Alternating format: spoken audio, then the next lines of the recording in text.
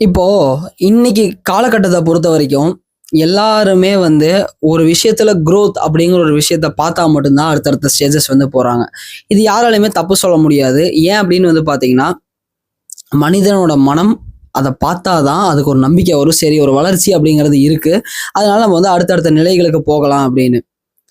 இப்போ இந்த வளர்ச்சியை வச்சு மட்டும்தான் ஒரு ஒரு ஸ்டேஜா நீங்க வளர்றீங்க, அடுத்தடுத்த லெவல் போறீங்க அப்படிங்கிறத வளர்ச்சி அப்படிங்கிற growth மட்டும்தான் காட்டுமா? இல்ல அப்படின்னா என்ன விஷயத்த வச்சு நீங்க அளவிடலாம் அப்படிங்கிற ஒரு கேள்வி இருக்கு. அப்போ வெளி உலகத்தை பொறுத்த வரைக்கும் ஒரு ஒரு ஸ்டேஜா இப்போ நீங்க இன்னைக்கு ஒரு 10,000 சம்பாதிக்கிறீங்க, அடுத்த மாசம் ஒரு 12,000 சம்பாதிக்கிறீங்க, அதுக்கு அடுத்த மாசம் ஒரு 30,000 40,000 போகும்போது வளர்ச்சியை இப்படி அளவுகோல் காட்டிட்டு போகலாம். உடல்நிலையை பொறுத்த வரைக்கும் இன்னைக்கு உங்களுக்கு உடம்பு ஏதோ சரியில்லாம இருக்கு, நாளைக்கு 4 நாளைக்கு நீங்க சரியாக ஆரம்பிக்கிறீங்க, கொஞ்சமா ஒரு 20% ரெடி ஆகுறீங்க, அடுத்து உங்களோட மெடிக்கல் கண்டிஷன்ஸ் ஒரு 50% கியூர் ஆகிருக்கிறீங்க, அப்புறம் 100% கியூர் ஆயிருக்கீங்க காட்டுது அப்படின்னா அது ஒரு ஒரு அளவிடுதல் வச்சு நம்ம அளவிட்டுட்டு போகலாம். இந்த மாதிரி இருக்கும்போது ஆன்மீகத்தை அளவிடுவது எப்படி அப்படிங்கிற ஒரு கேள்வி இன்னைக்கு முன் நிக்குது எல்லாத்து முன்னாடியும். ஆன்மீகத்தை எப்படி ஆன்மீகத்தோட அடுத்தடுத்த படிநிலைக்கு நீங்க போறீங்க அப்படிங்கறது எப்படி நான் அளவிடுறது, அதுக்கு எதனா படிகள் இருக்கா, இந்த மாதிரி growth ஸ்டேஜஸ் எதனா இருக்கா அப்படிங்கிற கேள்வி இன்னைக்கு வரைக்கும் நிறைய பேருக்கு மனசுக்குள்ள இருக்கு. நிறைய பேர் சர்ச் பண்றது இந்த ஒரு விஷயமா தான் இருக்கு. அப்போ எப்படி நீங்க இதை அளவிடுவீங்க அப்படிங்கிற ஒரு ரகசியத்தை இன்னைக்கு நான் உங்களுக்கு சொல்லித்தரேன். ரொம்ப ரொம்ப முக்கியமான ஒரு விஷயம். வாழ்க்கையில மட்டும் இல்ல, கண்டிப்பா இந்த ஆன்மீக வாழ்க்கையில உங்களுக்கு இது 100% உபயோகமா இருக்கும். ரொம்ப ரொம்ப யூஸ்ஃபுல்லா இருக்கிற ஒரு டூல்னு வச்சுக்கோங்களேன். இது எல்லாமே ஸ்பிரிச்சுவல் டூல் சீரீஸ்ன்னு வச்சுக்கலாம் நீங்க. ஸ்பிரிச்சுவல் டூல்ஸ் அப்படின்னா என்ன அப்படின்னா, ஆன்மீகத்துல நான் நல்ல ஒரு உயர்ந்த நிலைக்கு வரக்கு எனக்கு என்னென்ன விஷயங்கள் தேவைப்படுது, இந்த விஷயங்கள்லாம் என் கூட இருந்தா நான் செய்யற வேலை. இப்ப ஒரு வண்டியோட போல்ட் இருக்கு அப்படின்னா அது நீங்க கையை வச்சு திருகுனீங்கன்னா அவ்வளவு சீக்கிரம் வராது, ரொம்ப கஷ்டப்பட வேண்டியதா இருக்கும். ஆனா இதுவே கரெக்டா அந்த சைஸோட ஸ்பேனர் இருந்தா கொஞ்சம் ஹார்ட் ஒர்க் போட்டு திருப்பினீங்கன்னா அந்த நட்டு கழண்டு வந்துடும். இதுக்கு பேர் தான் டூல்ஸ் அப்படின்னு சொல்லுவோம். நம்ம வேலையை கொஞ்சம் குறைக்கிறதுக்காக நமக்கு ஈஸியாக்கி கொடுக்கறதுக்கான அந்த விஷயங்கள் தான் டூல்ஸ். அந்த மாதிரி ஆன்மீகத்தை பொறுத்த வரைக்கும் சில டூல்ஸ் அப்படிங்கிற விஷயங்கள் இருக்கு. அதுல ஒரு முக்கியமான டூல் என்ன அப்படின்னு பாத்தீங்கன்னா இந்த growth மெஷரிங் டூல் அப்படிங்கிறது. இந்த நான் உடனே இப்ப பேசுறத பார்த்து நீங்க எதனா மிஷின் வைக்க போறீங்களா தம்பி அப்படின்னு நினைச்சீங்கன்னா, நான் மிஷின்லாம் வைக்க போறது இல்ல. உங்களுக்குள்ள இருக்க விஷயத்த நான் உங்களுக்கு ஒரு விஷயம் சொல்லி தர போறேன். என்ன அப்படின்னா, இன்னைக்கு வரைக்கும் ஆன்மீகத்தை அளவிடுறதுக்கு நான் இந்த நிலையில இருக்கேனா, அடுத்த நிலை தாண்டிட்டேனா, என் மனம் இந்த நிலைக்கு போயிருச்சாப்பா, இல்லையா உயிர் இந்த சக்தியை பெற்றுச்சா, என்னோட உடல் இந்த தகுதிக்கு வந்துருச்சா, இதைதான் இன்னைக்கு வரைக்கும் ஆன்மீகத்துல நீங்க நிலைகள்னு நினைச்சிட்டு இருக்கீங்க. ஆனா நீங்க growth ஆகுறதுங்கிறது இதை வச்சு கிடையாது. எந்த அளவுக்கு உங்களுக்குள்ள டிஸ்ட்ராக்ஷன் நடக்குதோ, அழிவு எந்த அளவுக்கு நடக்குதோ அந்த அளவுக்கு தான் நீங்க ஆன்மீகத்துல முன்னேறீங்க அப்படின்னு அர்த்தம். ஊனினை உருக்கி உள் ஒளி பெருக்கி, இந்த வார்த்தை கேள்விப்பட்டிருக்கீங்க இல்லையா? அதுக்குன்னு சொல்லி சாப்பிடாமையே பட்னி இருக்கணுமானா கிடையாது. ஊன் அப்படிங்கிறது உடலை உருக்கி வருத்தி அப்படின்னா எது உருக்கணும் எது வருத்தணும் அப்படின்னு இருக்கு. உட்காந்து நான் முட்டி போட்டு கோயிலுக்கு நடந்து போறேன், அழகு குத்திட்டு போறேன், இதெல்லாமே ஊனினை உருக்கிறதோ வருத்துறதோ கிடையாது. அது அது நம்மளோட ஜெனருக்குள்ள அது வராது. என்ன அப்படின்னு பாத்தீங்கன்னா, இன்னைக்கு உங்களுக்குள்ள எந்த விதமான எமோஷன்ஸ், எந்த விதமான விஷயங்கள் இருக்குன்னு பாருங்க. அடுத்த மாசம் இந்த பயிற்சிகளுக்குள்ள இருக்கீங்க, நீங்க ஆன்மீகத்துக்குள்ள பக்குவமாகறீங்க, உங்க மனதை நீங்க பக்குவப்படுத்துறீங்கன்னா அடுத்த மாசம் உங்களோட டிஸ்ட்ராக்ஷன் எவ்வளவு இருக்கு அப்படிங்கிறத பாருங்க.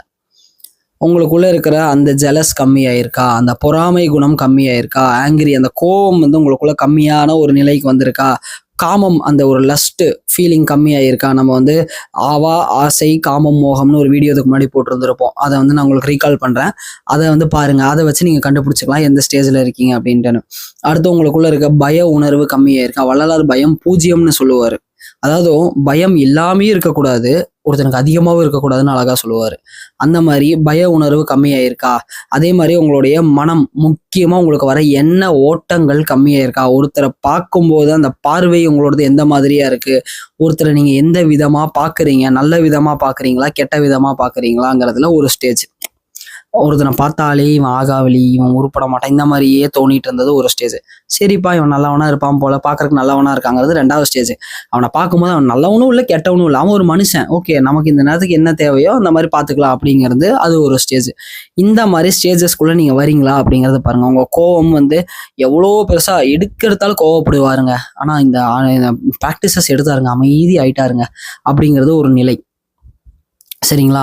இந்த மாதிரி இதை வச்சுதான் நீங்க நிலைகளை மெஷர் பண்ண முடியுமே தவிர, இந்த மாதிரி எந்தெந்த விஷயங்கள் எல்லாமே அழியுதோ உங்களுக்குள்ள, உங்களோட ஐடென்டிட்டியை மொத்தமா நான் அப்படிங்கிற விஷயத்த இப்படி எக்ஸ் மார்க் போட்டு அதை கட் பண்ணி தள்ளுறது தான் ஆன்மீகத்தோட உண்மையான வளர்ச்சிங்கிறத தெரிஞ்சுக்கோங்க. இதெல்லாமே பண்ணாம நான் வந்து ஒவ்வொன்றையுமே நாங்கிற அகங்காரத்தை நான் செஞ்சேன், எனக்கு நடக்குது, இறைவன் எனக்கு அருள் புரியறாரு, நானும் இறைவனும் ஒரே ஜிகிரி தோஸ்து, எனக்கு வள்ளலார் அருள், இந்த நான் அப்படிங்கிறது அழியணும். சரிங்களா? இறைவன் ஏதோ பண்ணியிருக்காரு, இன்னைக்கு இது நடந்திருக்கிறது இறைவனோட செயல்னால. அதுவுமே 2வது நிலை தான். 3வது நிலை என்ன நடந்தாலும் நடக்கட்டும், ஓகே ஃபைன், நடக்கிறது நன்மைக்கே அப்படிங்கிறது 3வது நிலை. இந்த மாதிரி ஒவ்வொரு இடத்துலயும் படிநிலைகள் நீங்க தாழ்ந்து இறங்க இறங்க இறங்க ஆன்மீகத்துல உங்களோட உயர்வு ஏறிக்கிட்டே போகுங்கிறத தெரிஞ்சுக்கோங்க. ஸோ இப்படிதான் ஆன்மீகத்தோட ஒரு சில விஷயங்களை வச்சு கண்டுபிடிக்க முடியும். இதை தாண்டி வேற எதை வச்சுமே கண்டுபிடிக்க முடியாது. உயர்ந்துட்டே போறேங்கிறது வேற. எந்த அளவுக்கு உங்களுடைய குணங்கள் 8 குணங்களும் உங்களுக்குள்ள அழியுதோ, நீங்க நிர்குணனா என்னைக்கு வந்து நிக்கிறீங்களோ அன்னைக்குதான் வந்து என்ன ஆகும், நிர்மூலம் அப்படின்னு சொல்லுவாங்க. அதாவது உங்களுடைய ரூட்டையே வந்து சிதைக்கிறது. உங்களுக்குள்ள ஒரு பிஹேவியரல் பேட்டர்ன் இருக்கும் தெரியுமா, இது வரைக்கும் இந்த மாதிரிதான் நான் இப்படித்தான், நானா வந்து என்னை எல்லாரும் மதிக்கணும், நான் யாருமே என்ன சின்னதா பேசினா கூட எனக்கு பிரச்சனை இல்லை, வந்து மற்றவங்கள நான் இப்படிதான் பார்ப்பேன், ஒருத்தர் இப்படிதான் பார்ப்பேன், ஒரு சிலர்லாம் ரொம்ப மோசமா வந்து இந்த கேஸ்ட் வச்செல்லாம் ஒருத்தரை வந்து ஜட்ஜ் பண்றதாகட்டும், இல்லை அப்படின்னா வந்து ஒருத்தரோட அப்பியரன்ஸை வச்சு ஜட்ஜ் பண்றதாகட்டும், ஒருத்தரோட குடும்பத்தை வச்சு ஜட்ஜ் பண்றதாகட்டும், இந்த மாதிரி விஷயங்கள் எல்லாமே எனக்கு அழிஞ்சு ஒருத்தனா பாக்குறேன். இந்த இண்டிவிஜுவலை முன்னாடி உட்காந்துருக்காருன்னா அந்த இண்டிவிஜுவலா மட்டும் பாக்குறேங்கிற நிலை நமக்கு எப்போ வரும் தெரியுங்களா? இது எல்லாமே படிப்படியா கம்மியாக வரும். இந்த எல்லாத்தையும் கம்மி பண்ணும்போது உங்களோட ஆன்மீகத்துல ஒவ்வொரு படியா நீங்க மேலே ஏறிட்டு போயிட்டே இருப்பீங்க. அதுக்கப்புறமா தான் ஆரம்பிக்கும் சித்தர்களோட இன்டர்வென்ஷன் உங்க வாழ்க்கைக்குள்ள. அந்த இன்டர்வென்ஷன் ஆரம்பிக்கும் போது ரொம்ப சுவாரஸ்யமா இருக்கும். அவங்க என்னென்ன மாதிரியான வேலையெல்லாம் பண்ணுவாங்க, எப்படிலாம் அவங்க வாழ்க்கைக்குள்ள வந்து உங்களுக்குள்ள வந்து திருவிளையாடல் அப்படின்னு சொல்லுவாங்க தெரியுங்களா?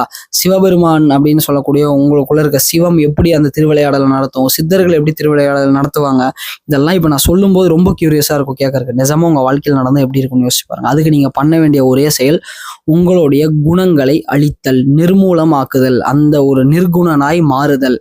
இந்த விஷயத்துக்குள்ள நீங்க போனீங்க அப்படின்னா நிச்சயமா இன்னைக்கு இதெல்லாமே நிகழும். அடுத்து வர இதுல வந்து நம்ம என்ன பார்க்கலாம்னா, எந்த மாதிரி வந்து சித்தர்களோட இன்டர்வென்ஷன் இருக்கும் கேட்கறக்கே ரொம்ப சுவாரஸ்யமா இருக்கும். இந்த விஷயம் ஒவ்வொருத்தரோட வாழ்க்கையில நடந்த சில அனுபவங்கள், சில விஷயங்கள், என் வாழ்க்கையில நடந்த அனுபவங்களும் சரி, இது எப்படி உங்க வாழ்க்கையில நடக்கும், அது எப்படி நடத்திக்கலாம் அப்படிங்கிறது எல்லாமே அடுத்தடுத்து வர சச்சங்கங்கள்ல நம்ம கொஞ்சம் கொஞ்சமா பார்க்க ஆரம்பிப்போம். சரிங்களா? அதே மாதிரி நம்ம கிளாஸஸ் போயிட்டு இருக்கு. முருகன் யோகலைக்கு ஜாயின் பண்றவங்க, விருப்பம் இருக்கவங்க தாராளமா ஜாயின் பண்ணிக்கலாம். சர்வமும் சிவமயம்.